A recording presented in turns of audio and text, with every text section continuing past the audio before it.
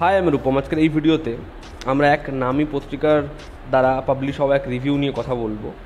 এটা দেখার পর আমার মনে হয় যে রিভিউয়ার যিনি রিভিউ লিখেছেন তিনি তার সমস্ত পরিসীমা ভুলে গেছেন এবং বোধহয় তার দেখার দৃষ্টিটা এরকমই। রিসেন্টলি যখন মির্জা ছবিটা আসে সেই সময় যেভাবে ছবিটাকে ছোট করা হয়, যেরকমভাবে অঙ্কুশকে অ্যাট্যাক করা হয়, যে ছবিটা নাকি পাঠান জওয়ানের সস্তা ভার্সন, খিচুড়ি, অঙ্কুশকে দেখে সস্তা শাহরুখ খান মনে হয়, ঐন্দ্রিলা কৌশিক গাঙ্গুলিকে দেখে হাসি পায়, ইভেন ছবির প্লট পুরোপুরি বলে দেওয়া হয়, ছবিতে কার কেমিউ সেটা পর্যন্ত রিভিল করে দেওয়া হয় এবং সেটা নাকি রিভিউ। তো সেই সময় সবাই সেই রিভিউটা নিয়ে কথা বলে এবং রিসেন্টলি আসা একটা সিরিজ অ্যাডভোকেট অচিন্ত আই, ছইচইয়ের কাজ, এবং এক নামী পত্রিকার তরফ থেকে রিভিউ দেওয়া হচ্ছে এবং যেরকম ধরনের কথা লেখা হয়েছে আমার মনে হয় এটা নিয়ে কথা বলা উচিত। এবং ছবির যে ফিমেল প্রোটাগনিস্ট অর্থাৎ সুরঙ্গনা, তিনি এটা নিয়ে সোশ্যাল মিডিয়ায় লেখেন এবং এটা নিয়ে লেখাটা খুব স্বাভাবিক। মানে এটা পড়ে আমারই মনে হয়েছে যে এটা কী লিখেছে। তো আমি আপনাদেরকে সেই লেখাটা একবার শোনাচ্ছি। সেই 2015 ওপেনটি বায়োস্কোপ ছবিতে একটি মিষ্টি বাচ্চা মেয়ের চরিত্র সুরঙ্গনা বন্দ্যোপাধ্যায়ের প্রথম অভিনয়। তখন বড় ক্ষীণ দেহী ছিলেন তিনি। 2024 এসে তিনি যেন লক্ষ্মী প্রতিমা, ভারী ঢলঢলে রূপের অধিকারিণী হয়েছেন তিনি এখন।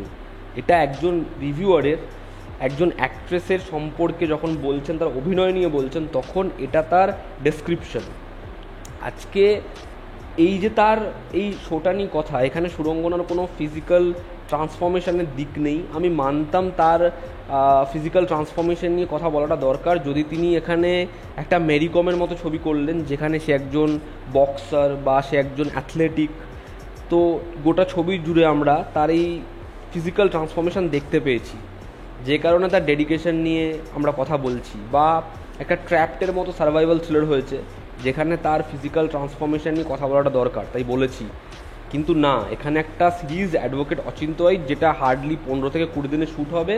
এবং সেটা যাই হোক না কেন, এখানে যেরকম ধরনের কথা তিনি বলেছেন 2015 সালের একটা কাজ নিয়ে ওপেনটি বায়োস্কোপ, মানে সেখানে সেই সময় এই ঋদ্ধি হোক বা সুরঙ্গনা হোক, এদের বয়স কত হবে? 14, 15, 13 এরকম ধরনের বয়স হবে, এরকম ধরনের এজ গ্রুপের সবাই। আমি যখন আজকেও সেই ওপেনটি বায়োস্কোপ সিনেমাটা দেখি, আমি সেই সময়টায় ফিরে যাই।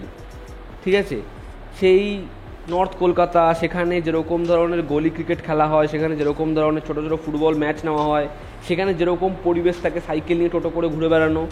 এবার সেই ছবিটা দেখার সময় ওই যে ক্ষীণ দেহি এবং আজকে 2024-এ তার শারীরিক গঠন কি, এটা একজন রিভিউয়ার কম্পেয়ার করছে, যেরকম ধরনের শব্দ সে প্রয়োগ করছে ঢলঢলে, মানে সত্যি এটাকে খুব বাজেভাবে নিন্দা করি আমি, যে কিভাবে তিনি এটা নিয়ে কথা বলতে পারেন।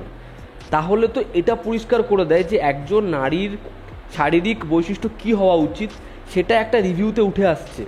মানে সেটা হলে সে একজন সুদর্শনা, সেটা হলে সে খুব রূপবতী, সেটা হলে তাকে দেখতে খুব সুন্দর লাগবে, এটা সে নিজের রিভিউতে বুঝিয়ে দিচ্ছে।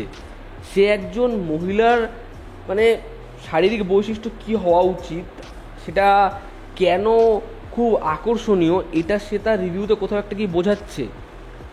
মানে সেটা সত্যি জঘন্য।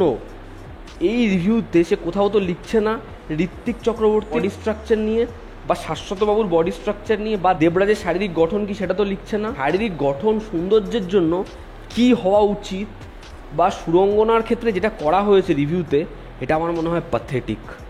এটা একটা রিভিউতে উঠে আসতে পারে না।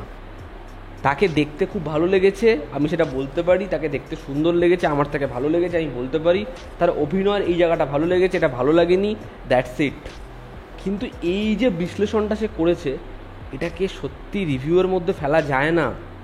এখানে যদি ছবিতে বা সিরিজে তার ফিজিক্যাল ট্রান্সফরমেশনের দিক থাকতো, এটা নিয়ে কথা বলা যেত, এটা নিয়ে কথা বলা দরকার ছিল। কিন্তু এটা খুব অপ্রয়োজনীয় এবং এটা খুব দৃষ্টিকটু, শুনতে খুব খারাপ লাগে যেরকমভাবে তিনি এই ব্যাখ্যাটা করেছেন। এটা সত্যি আমাদের এই ভাবনাটাকে, আমাদের দেখাটাকে আরও পিছিয়ে দিচ্ছে না?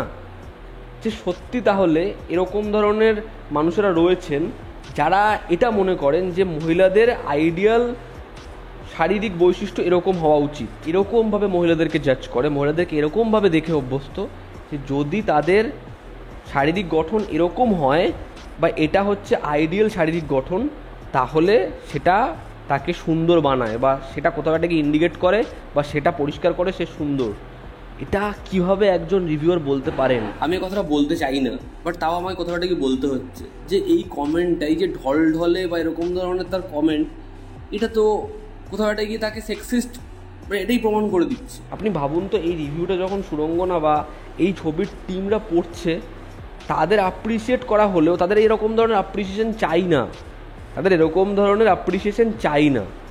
আজকে ঋত্বিক চক্রবর্তী, শাশ্বতবাবু, দেবরাজ, যারা তার কো অ্যাক্টর, তাদেরকে নিয়ে যেরকম ধরনের মন্তব্য করা হচ্ছে, তাদেরকে নিয়ে যেরকম ধরনের রিভিউ করা হচ্ছে, সুরঙ্গনাটা কেন আলাদা?